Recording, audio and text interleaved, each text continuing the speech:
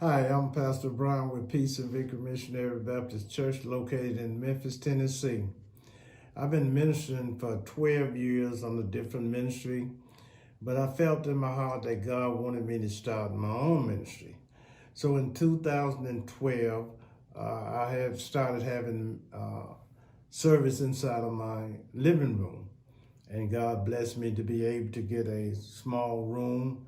And as my ministry began to grow, God allowed us to purchase a church building.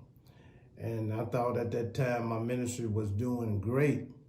But inside of my heart, I felt that we had problems inside of my ministry. One afternoon after my service, Pastor Aaron from CLF came by my church, showed me a clip from the Grateful Choir and a short clip from Pastor Paul. And before we left, we exchanged numbers and we left. The next day he called and asked could he come by the house. But at 7 o'clock precisely, he was there, and I invited him in, and he come in and he opened up his Bible and he asked me, did I understand precisely what forgiveness of sin and eternal redemption was? And I wasn't sure. So we started to fellowship and he started to explain to me about it.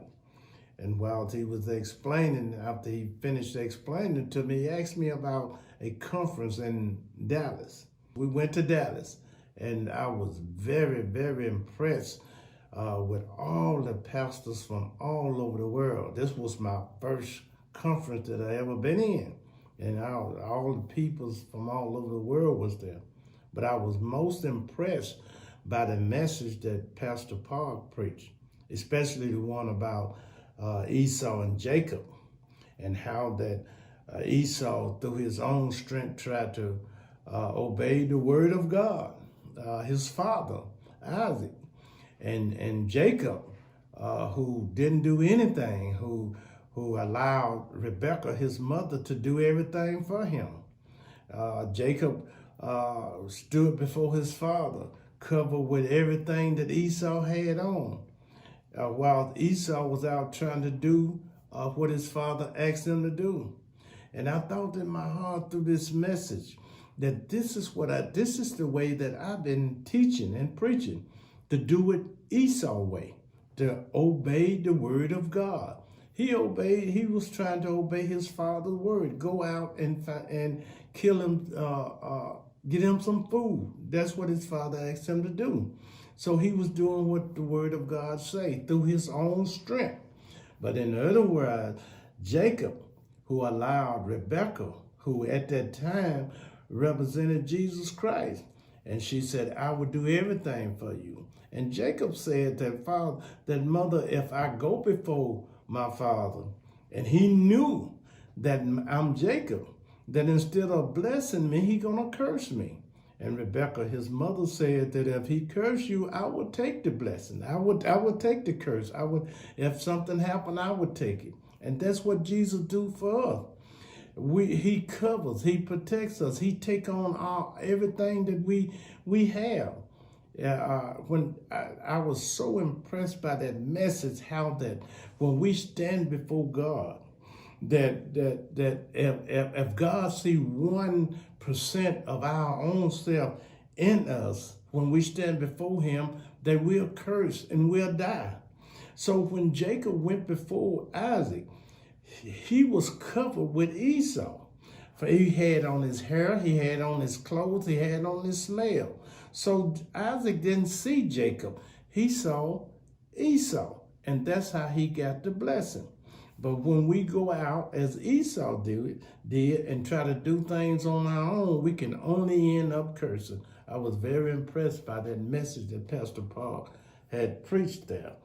And I was so impressed by it that I wanted to go to the next conference, which was in New York. And when I went to New York, all the people that was there. But again, the message that Pastor Paul preached, especially the one about the man that fell among thieves. Oh, I was very impressed with that, how that you don't have to do anything, that Jesus do it all for you. This is a message. This kind of teaching was not what I was used to. I was not used to hearing the word of God preached and teach this way. And I knew then that at that point that was what was wrong with my ministry, that I was preaching and teaching it the wrong way. I wasn't teaching it precisely the way the word of God was giving it to me. So I had to change my ministry. It is so much. I went to New York, I went to Korea, and in Korea, it's a beautiful city, a beautiful place. But again, the message that also Pastor Park and the lectures taught over there was very impressive and very knowledgeable. Even the group message, you got something out the group message, how that they give you a chance to explain yourself and explain what they was talking about. It was so knowledgeable, and I really, really enjoyed it. But on the second week, my body broke down.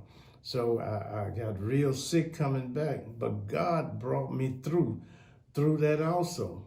But one thing, in February of 2019, I had a very difficult hard time. I was shot 4 times at point blank range. Yes, I was inside some apartment complexes. And when I came out, a young man pulled a gun behind my head and told me to drop everything.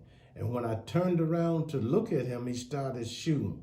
Shot me twice in my stomach, once in my arm, and then when I threw my hand up over my face to protect my head, he shot me in my hand. And oh man, when I was on the ground, my heart was so confused. I couldn't understand why God allowed this to happen to me. I was laying down there, just my mind, my heart was just totally wondering, why God? And as I went in and out, when I woke up, I was in the emergency room, and I had my family members and friends around me, and I heard them saying that you preaching the word of God, and why did God allow this to happen to you? They blaming me and blaming God for the situation and saying that this is a curse, and had my heart starting to believe that this is a curse. But through the word of God and through the message that I heard in New York from Pastor Park about when the man fell among thieves, I mean, it helped me to understand, to really change my heart and to see that this is not a curse, that this is a blessing, that I was in the point where God wanted to meet me in my difficulty, in my hard time, that God wanted to meet me and to show me that I don't have to do anything, that he's doing it all for me. So it helped me to understand that this is not a curse, that this is not a curse that God has put on me. This is a blessing that God wanted to meet me and to show me inside of my difficulty. So